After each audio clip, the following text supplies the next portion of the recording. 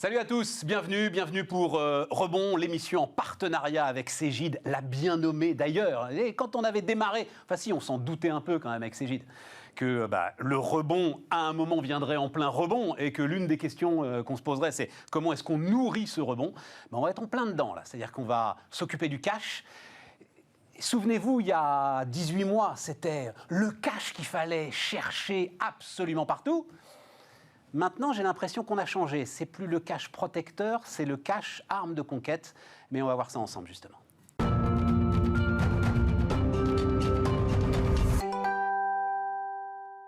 Donc, c'est parti. C'est Jean-Baptiste Auzou qui va nous accompagner. Salut Jean-Baptiste. Salut Stéphane. Directeur donc, de la BU Finance et Taxes de Cégide.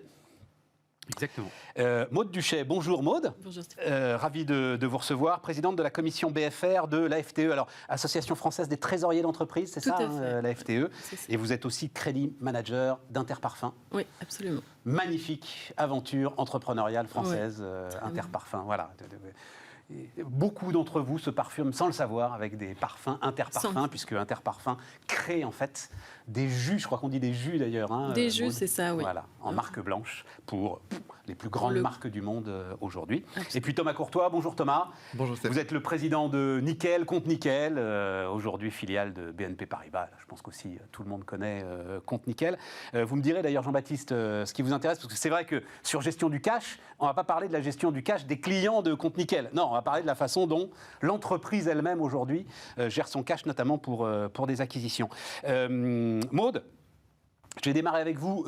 Comment est-ce que plutôt les grandes entreprises, hein, la FTE, je ne me trompe pas La Maude? FTE, non, c'est aussi bien les TPE, les PME, ETI au grand groupe. Hein, c'est 1600 adhérents dans toute la France. C'est également plusieurs délégations régionales. Et voilà, donc dans toute la France. Non. J'ai dit tout à l'heure, là, on est passé d'un cash protecteur, et puis alors qu'il fallait aller chercher à toute force, à un cash aujourd'hui presque trop abondant.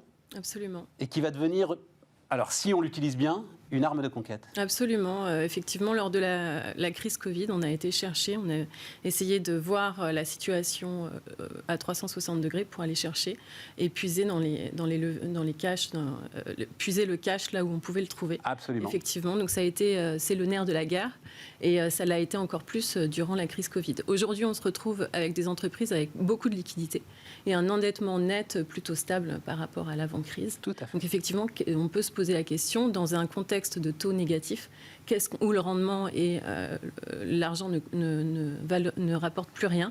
Qu'est-ce qu'on fait ? Et même peut coûter d'ailleurs. Hein, absolument. Donc il faut rechercher, le trésorier a pour objectif de chercher des comptes qui puissent lui donner une rentabilité plutôt neutre en ce moment. Donc effectivement, les liquidités, elles sont présentes. Et parce présentes. qu'en plus, Maude, l'idée, et on va en parler évidemment, hein, investir. Pour investir, il faut quand même avoir un tout petit peu de visibilité. Absolument. Et le paradoxe, c'est que vous êtes gorgé de cash, mais vous n'avez pas encore peut-être la visibilité nécessaire pour investir. C'est pas parce qu'on a de l'argent qu'il faut le dépenser. Et surtout, c'est vrai, c'est pas parce qu'on a de l'argent qu'il faut le dépenser. Il faut absolument regarder la rentabilité, chercher sa cible effectivement pour investir l'argent.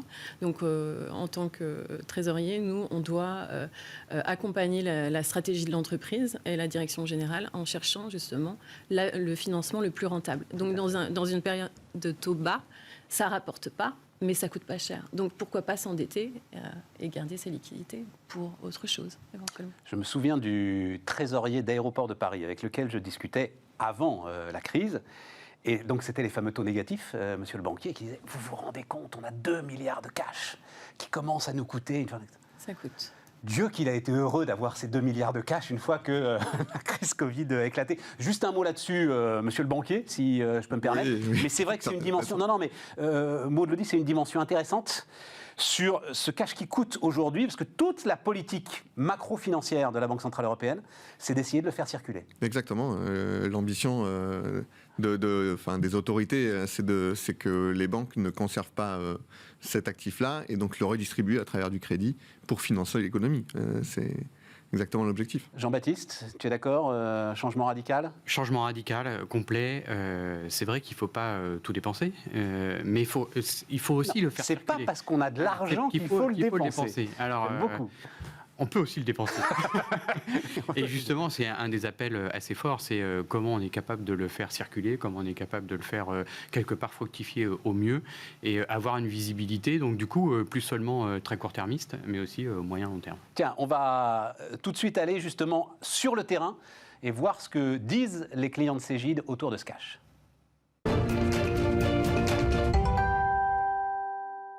Donc Jean-Baptiste, les remontées de terrain des clients Cégide autour de ce qui se passe en ce moment sur le cash. C'est vraiment, il y a deux parties. Il y a une première partie, on l'a dit peut-être en introduction, c'est pour faire des acquisitions, mais pas seulement. Il y a aussi des gens sur la remontée de terrain qui jouent leur survie sur le cash. Encore aujourd'hui, là ? Encore aujourd'hui. Encore aujourd'hui, il y a des secteurs d'activité sur lesquels c'est pas simple. Alors, c'est vrai qu'il y a eu des prêts et les trésoriers ont très bien fait leur travail pour aller chercher l'argent où il était disponible, comme le disait Maud tout à l'heure, sur le marché. Mais il y a encore des secteurs d'activité sur lesquels il y a une dégradation assez forte. Il y a encore des secteurs. On pense à l'habillement, boutique d'habillement notamment, tout ce qui est hôtellerie-restauration. Hôtellerie-restauration. Donc, ils ont été gorgés d'aide quand même, hein, voilà, Jean-Baptiste. ils ont été gorgés d'aide. Donc du coup, comment on gère ça ? C'est-à-dire qu'aujourd'hui, il y a pléthore de cash. Comment on le gère ? Parce que l'aide, à un moment donné, elle n'est pas éternelle. Donc comment on est capable d'avoir une visibilité ? Donc moi, je suis d'accord avec il y a beaucoup de cash et on va en faire quelque chose, on va en parler juste après, mais il ne faut pas oublier qu'il y a quand même des secteurs sur lesquels ils sont gorgés de cash, mais ça reste très fragile. Surtout, je vais me permettre, dans un secteur, quand on parle de petites boutiques, de certains cafés-restaurants, où on a parfois un petit peu tendance à confondre le bénéfice et le tiroir-caisse. Ah ben, complètement. Et où là, il peut y avoir quelque chose de très confusant. Exactement. Les aides, on va confondre la trésorerie des aides avec la trésorerie normale. Ouais. Et comment on va gérer ça au moment où le cycle va reprendre, peut-être un peu moins haussier pour certains secteurs d'activité. Où l'URSSAF va envoyer quand même il va falloir payer un certain nombre de notifications. Et donc, voilà, je ne voudrais pas qu'on occulte totalement okay. ce sujet-là. Et après, oui, il y a des secteurs d'activité. Aujourd'hui, il y a du cash, il y a beaucoup de cash. Les gens, ils l'utilisent principalement pour deux choses. La première, c'est les acquisitions, dont on a parlé juste avant. Il y a énormément d'acquisitions en ce moment sur le marché. Et donc, il y a une attraction de l'utilisation du cash pour le secteur, pour les acquisitions et les investissements sur les déploiements d'activités. Bon, on va détailler tout ça.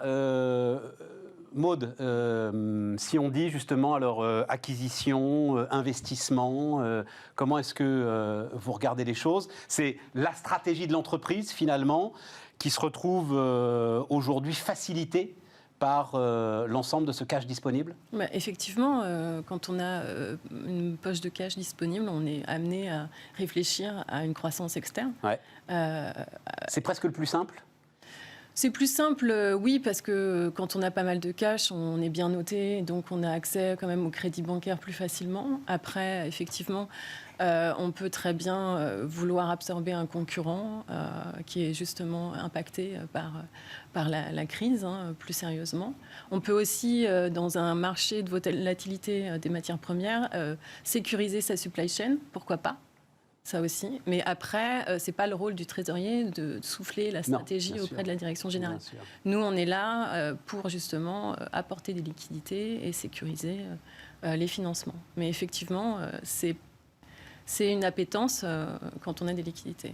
Le risque, Jean-Baptiste, c'est l'inflation des prix. Oui, c'est un vrai risque. Donc, voilà. Évidemment, l'inflation des prix globalement, sur les acquisitions, l'inflation des en ce moment, Engie est en train de céder une activité de soutien industriel très intéressante, avec 70 000 personnes, je crois, c'est ça. Il se trouve que je discutais avec l'un de ceux qui voudraient aujourd'hui saisir cette cible. Il commence à être un tout petit peu inquiet de la façon dont les enchères montent, quoi. Des bulles, voilà. C'est ça. Jusqu'où ça va aller ? Donc, à un moment donné, il faudra voir comment les entreprises utilisent leur cash et à quel moment il y a un retour de situation sur l'utilisation de ce cash. Qu'est-ce qu'on peut faire alors en matière d'outils, justement, en matière de conseils, en matière de... Qu'est-ce qu'on peut faire pour essayer de suivre ces évolutions qu'on est en train de décrire ? Les évolutions, elles ont complètement explosé. C'est-à-dire que la crise Covid et un peu avant, il y a eu une rupture des prévisions sur le cash. Avant, on gérait son cash de manière un peu historique. On avait des modèles qui étaient un peu prédictifs, on savait où ça allait. Ça a complètement volé en éclats, ou en grande partie.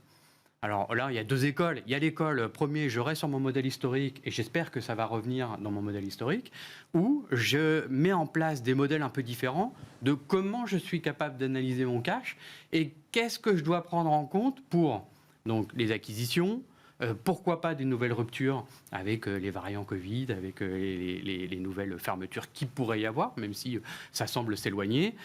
Et donc tout ça, ces modèles-là sont basés maintenant non plus que sur de l'historique, mais un mélange entre l'historique et du prédictif, même si, en blaguant entre nous, on dit toujours il faut prévoir l'imprévisible.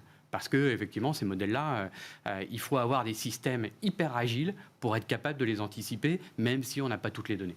Thomas ? Oui, alors nous, je dirais, chez Nickel, on a une problématique un peu particulière, c'est qu'on gère beaucoup de cash, mais on gère aussi celui de nos clients. Ouais. On doit protéger.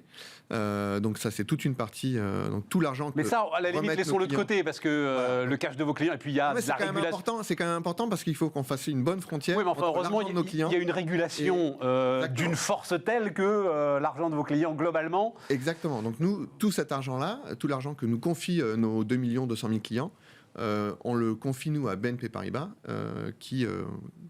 l'argent de nos clients est cantonné chez BNP Paribas, voilà, pour être protégé. Et puis ensuite, il y a notre argent à nous, qui nous permet, nous, de financer notre développement international, puisque aujourd'hui on a démarré, donc Nickel, c'est un super succès en France, et puis c'est un succès qu'on commence à exporter en Europe. Ouais. On a ouvert en Espagne depuis quelques mois, on va ouvrir au Portugal et en Belgique au début de l'année prochaine. Toujours sur le même modèle, c'est-à-dire Exactement. en s'appuyant aussi sur les bars tabac. Enfin, je veux dire, c'est quand même une spécificité française. Enfin, je me posais la question de savoir... Alors on si trouve à c'était l'étranger des commerces de proximité équivalents. D'accord, ça peut être station d'essence, ça peut être des choses comme ça. Ouais, voilà. Effectivement. D'ailleurs, en France, dans les départements et régions d'outre-mer, on utilise des stations-service aussi. Ouais. En Espagne, on travaille avec les distributeurs de la loterie nationale et également des buralistes, enfin des bureaux de tabac, même si la réglementation est un peu différente. Au Portugal, on a signé un accord avec la chambre de commerce portugaise. Et donc, revenons sur le cash. Et donc, ce que nous a apporté notamment... Cégide. C'est pour ça qu'on travaille avec Cégide, c'est que on est obligé de gérer énormément d'opérations, de gros volumes. Et Cégide nous apporte un interpréteur comptable qui nous permet de traiter ces volumes en très forte croissance et de les traiter dans les différents pays également, en respectant les réglementations locales, en respectant la fiscalité locale. Voilà, donc c'est une solution qui nous a été apportée et qui nous permet comme ça de nous développer à la fois en taille, mais également en s'internationalisant. Et il y a une notion de course de vitesse dans oui, l'ensemble de ces opérations ? Nous, on est sur un marché qui se développe extrêmement vite. Donc, il faut qu'on assure cette présence. Le marché est grossi, il faut qu'on prenne notre part du gâteau. Ouais. Et donc, Cégide nous a apporté l'un des éléments qui nous permet aujourd'hui d'accélérer et d'occuper cet espace avant que d'autres ne le fassent à notre place. Jean-Baptiste ? On revient sur l'agilité, c'est-à-dire être capable d'aller très très vite sur des prises de position marché. C'est un des éléments un peu nouveaux aussi, c'est-à-dire que à partir du moment où on n'a plus le temps d'attendre des déploiements parce que des concurrents vont prendre la place, parce que des disrupteurs vont arriver, il faut aller vite. Et pour aller vite, il faut avoir les outils qui soient suffisamment agiles pour nous permettre de le faire. Maud, ce que disait Jean-Baptiste sur on peut plus regarder, enfin ça a été une des grandes phrases d'ailleurs, notamment de la fonction finance, on peut plus regarder dans le rétroviseur. Le rétroviseur a explosé, et c'est vrai que quand on se basait sur des modèles qui, en fait, répliquaient le passé, on se rend compte que ça ne fonctionne plus. Comment est-ce que les trésoriers d'entreprise résolvent cette équation compliquée ? Alors, effectivement, on a eu besoin d'avoir une agglomération de données, qu'elle soit précise durant cette crise Covid. Et maintenant, l'exigence des trésoriers, c'est justement d'avoir une granularité de l'information. Ouais. Donc, on a réduit les mailles du filet pour avoir un cadencement aussi beaucoup plus rapide. On était parti justement sur des modèles plutôt un peu, non pas poussiéreux, mais un peu d'avant Covid, avec des tableurs Excel, pourquoi pas, et puis un cadencement plutôt mensuel, voire trimestriel. Maintenant, désormais, le trésorier cherche une agglomération de toutes ces données, partout dans tout son groupe, et le plus rapidement possible pour pouvoir justement ajuster sa politique de flux. Alors ça, c'est super intéressant parce que je voulais justement qu'on finisse là-dessus, c'est-à-dire dans l'aéronautique par exemple. il y a des entreprises qui en fait ne s'étaient jamais posé la question du cash disponible parce que de toute façon, il y avait une telle croissance que le cash était là. Bon, voilà. Est-ce qu'il y a eu dans les entreprises, mais alors à l'intérieur des entreprises, cette prise de conscience de la part des métiers par exemple, que le cash c'était l'affaire de tous? Alors oui. C'est ça, hein? Absolument, absolument. Et hélas, il faut qu'il y ait des crises, et on est des métiers de risque et de métiers de crise, justement, pour diffuser la bonne parole au sein de l'entreprise et sensibiliser l'ensemble de tous les collaborateurs, puisque non financiers, à justement le déploiement de cette culture cash au sein de l'entreprise. Donc effectivement, les non financiers se sont aussi emparés de ces problématiques-là et de ce sujet-là qui reste le maître mot pour une entreprise. On est passé d'une vision EBITDA à une vision cash désormais au sein de l'entreprise. C'est ça. Et nécessité de digitalisation pour faire remonter les informations le plus vite possible? Le plus vite possible. Le plus vite possible et le plus précis possible. Et le plus précis possible, mais ça veut dire qu'il faut que ce soit simple. Pour que les métiers vous remontent les informations le plus vite possible, il faut que ce soit simple pour eux, sinon ils ne le font pas. Il faut que ce soit simple et bien déployé aussi. Donc il faut l'adhésion également des chefs de filiales, notamment des directeurs de filiales. C'est un boulevard pour vous, ce qui est en train de se passer là. Enfin, pour vous et vos concurrents d'ailleurs. Voilà, c'est absolument passionnant. Tout à fait, c'est passionnant parce qu'il y a plein d'usages qui sont en train de changer. Je reviendrai sur ce que disait Maud. La simplification est importante, évidemment, parce qu'on a eu des modèles de prévision de trésorerie qui étaient très compliqués, voire inutilisables sur la durée. Et avec la crise, on revient quand même à des modèles un peu plus simples d'utilisation. Et ça, c'est génial, parce que quand on a un modèle simple, qu'on le diffuse dans toute l'organisation, qu'on a des remontées en centrale, on a une vue cash globale, et ça permet en plus de diffuser cette culture cash qu'il n'y avait pas jusqu'à maintenant. Et l'idée, comme on le disait avec Maud, il faut que les métiers puissent rentrer vite, de manière très simple, l'ensemble de leurs opérations pour que le trésorier soit informé quasi en temps réel. En fait, c'est ça l'idéal aujourd'hui. En temps réel. En temps réel. En temps réel. C'est un peu la différence entre la gestion du cash court terme qu'on faisait historiquement, les prévisions de cash qui étaient moyen-long terme, c'est-à-dire en gros 6, 18, 18 mois, voire du pluriannuel, et au milieu, il n'y avait rien. Et au milieu, il n'y avait pas cette visibilité qu'on pouvait donner aux opérationnels de réconciliation entre le court terme et la prévision moyen terme. Et c'est ce qu'on fait aujourd'hui. Bon, alors, juste une petite conclusion, il nous reste 30 secondes, mais alors parce que là, c'est évidemment, on est dans une émission B2B, mais il y a aussi le cash des particuliers. Il est considérable sur les comptes bancaires. À un moment, vous allez taxer ça, non? Tarifer ça? Alors, chez nous... Jamais. Chez nous, non. À un moment, il va falloir le forcer à sortir. Faire ce que la BCE fait avec les entreprises pour les particuliers. Il y a déjà des banques qui le font. Pour les particuliers? Ça peut arriver. J'ai quelques exemples en tête. À l'étranger? À l'étranger. Oui, à l'étranger. Ou quelques néobanques même qui peuvent facturer les dépôts au-delà d'un certain montant. Ouais. Voilà. En tout cas, nous, c'est pas notre cas. Le dépôt moyen de nos clients... les comptes nickel, c'est des comptes qu'on utilise. Absolument, c'était tous les jours. Donc on n'a pas des volumes extraordinaires, encore que, certains clients, oui. Mais donc non, on ne prévoit pas de le faire payer. En revanche, c'est vrai que l'encours moyen de nos clients particuliers a considérablement augmenté à travers cette crise. Il a augmenté de l'ordre de 40%. Ouais, c'est ça. Donc c'est important. Est-ce que ça va durer après crise? Je ne sais pas. Ou est-ce qu'ils vont reconsommer cet argent Voilà, l'avenir le dira. Merci Thomas Courtois, donc le président de Nickel, et Maud Duchet, présidente de la commission BFR de l'Association française des trésoriers d'entreprise. On continue cette émission de Rebond.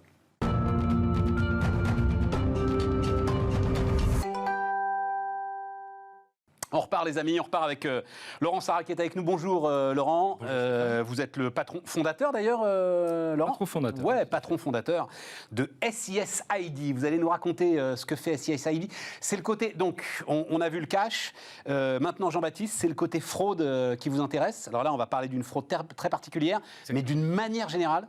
et notamment pour le secteur de la techno, IT, etc. et tout, il y a là des signaux d'alerte qui s'allument absolument partout. Hein. Partout, dans tous les sens, Ouais. à tout niveau. Que ce soit au niveau des utilisateurs, que ce soit au niveau des transferts de fonds, à tout niveau. Il y en a partout. C'est un vrai risque qui a été encore plus démultiplié pendant la période qu'on a connue. C'est ça. On ne va pas revenir sur tout, mais en gros, au moment où on est confiné, ça veut dire que tout le monde est en distanciel, quasiment. Ça veut dire que les chaînes de contrôle et de décision, elles volent en éclats, ou en tout cas, elles sont très distendues. Et donc, à ce moment-là, se met en place beaucoup de tentatives de fraude, notamment de fraude aux entreprises, avec les fameuses fraudes au président, mais il y en a plein d'autres. Alors, fraude au président, en l'occurrence, c'est pas votre domaine, Laurent. Voilà. C'est vraiment la fraude au virement. Donc la fraude au virement, c'est une entreprise qui pense en payer une autre et elle finit par la payer sur un compte bancaire qui est frauduleux. Donc celle qui devait recevoir l'argent ne le reçoit pas et celle qui devait payer doit payer une deuxième fois. Donc la fraude au virement bancaire, c'est ça. Voilà. Et c'est sur ce constat-là qu'en 2016, on a réuni une quinzaine de trésoriers d'entreprise et de directeurs financiers qui rencontraient tous la même problématique. On les a fait travailler ensemble pour qu'on trouve en commun une solution à ce type de fraude. Et c'est comme ça qu'est né Seaside. Attends, Laurent, parce que comment c'est possible ? Est-ce que tu peux nous décortiquer la fraude ? Comment est-ce qu'à un moment, je vais payer un fournisseur sur un compte qui n'est pas le sien ? Comment est-ce que le faux RIB peut arriver, alors je ne vais pas dire sur mon bureau, mais dans les systèmes qui vont faire que... Alors, il y a plein de moyens de le faire. Commençons par le plus simple. Je cible une entreprise, je regarde quels sont tous ses clients, et je vais envoyer massivement des courriers écrits ou des mails à tous les clients de cette entreprise pour dire on a changé de coordonnées bancaires. Oh la vache.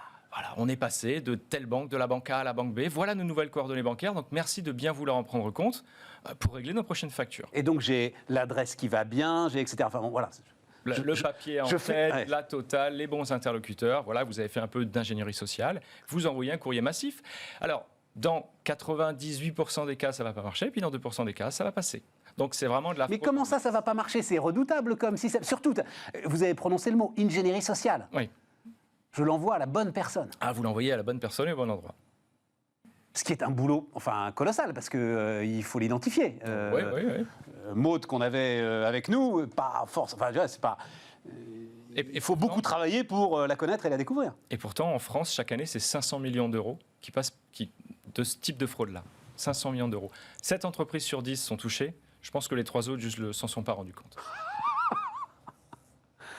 Parce qu'on va prendre la plus simple, mais une autre technique. Une autre technique. Je vais récupérer une facture, donc une facture due. D'accord ? C'est pas très compliqué de récupérer une facture due. Je vais l'éditer, je vais la modifier très simplement. Je vais changer les coordonnées bancaires qui est sur la facture. Je vais l'envoyer au client qui me la doit. Il va recevoir la facture, il va voir c'est effectivement une prestation qui a été réalisée à telle date, il y a les bons libellés, le bon prix, etc. Il va payer sur les coordonnées bancaires qui en bas de la facture ne sont pas les bonnes. C'est pas compliqué de récupérer une facture. Non. Évidemment, c'est pas une partie de notre travail. Non, vous savez, Laurent, quand vous décrivez tout ça, je pense sans arrêt aux corsaires et aux pirates. C'est-à-dire le gars qui, en fait, à un moment a fait un choix. Je choisis le camp du bien ou le camp du mal, et vous avez choisi le camp du bien, mais le mal devait être très tentant quand même. Alors, on a choisi le camp du bien, et la journée, c'est notre métier de protéger nos clients. La nuit, si je peux le symboliser comme ça, on discute avec des fraudeurs. Moi, je discute avec des fraudeurs, je parle avec eux, ils m'expliquent comment ils font, je sais où ils sont installés, quelles sont leurs manières de procéder, ils savent qu'on existe. Mais pourquoi ils vous parlent ? Alors, nos clients, quand ils sont victimes d'une tentative de fraude, souvent nous reroutent les appels et les cas de fraude. Et c'est nous qui les prenons. Donc, on rappelle le fraudeur, on dit bonjour, tiens, c'est marrant, je ne vous connais pas, qu'est-ce qui se passe ? Et on discute avec eux.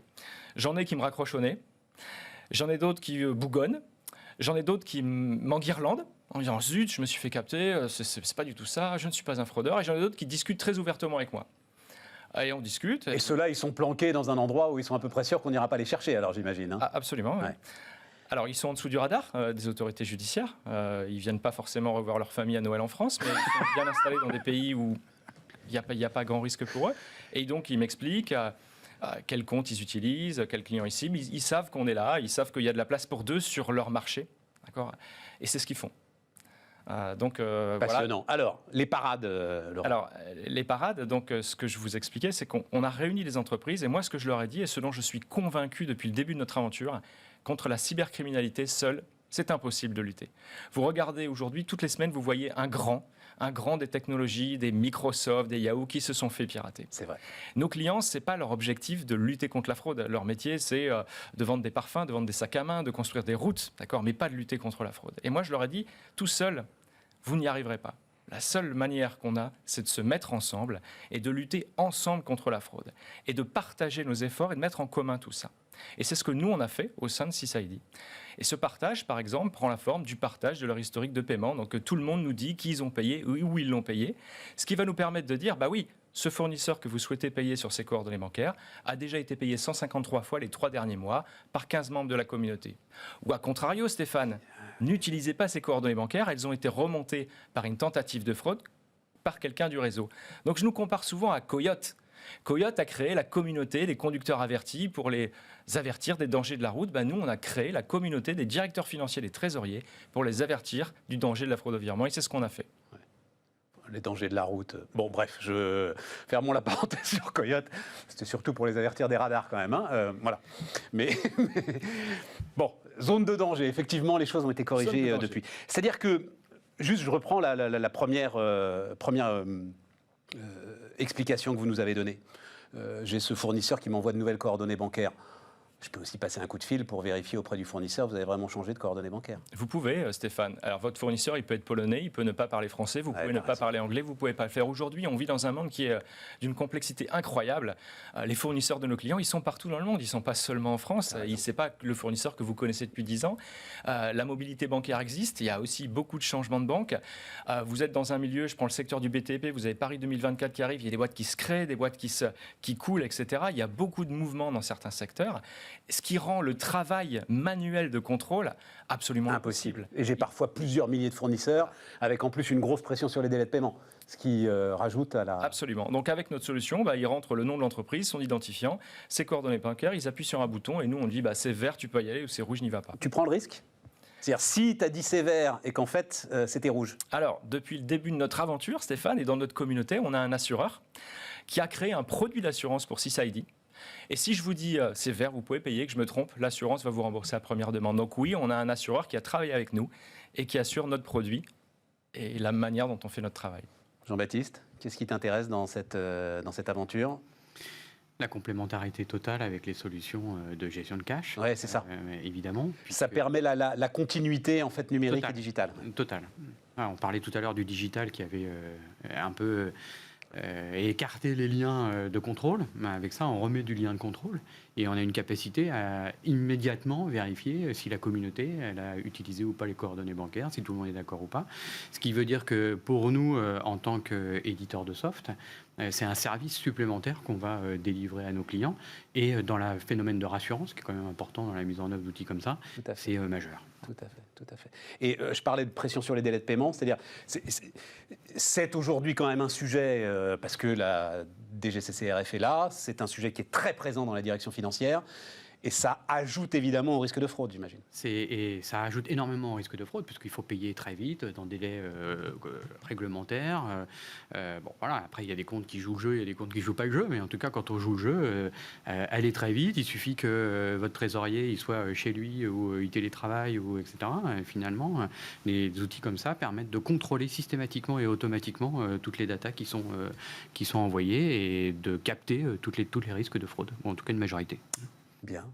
Il y a donc une liste noire. Vous avez une liste noire de RIB ? Nous avons des RIB à risque. Certains... Qui viennent d'ailleurs compléter les solutions étatiques ou réglementaires ou de zones, parce qu'il y a des listes qui existent aux États-Unis, en Europe. Liste de sanctions, oui. Voilà, donc qui viennent compléter. Laurent Sarrat, donc, qui nous accompagnait, fondateur de SISID. Merci Laurent et merci Jean-Baptiste sur ce nouveau numéro de Rebond. Et on se retrouve le mois prochain en partenariat avec Cégide.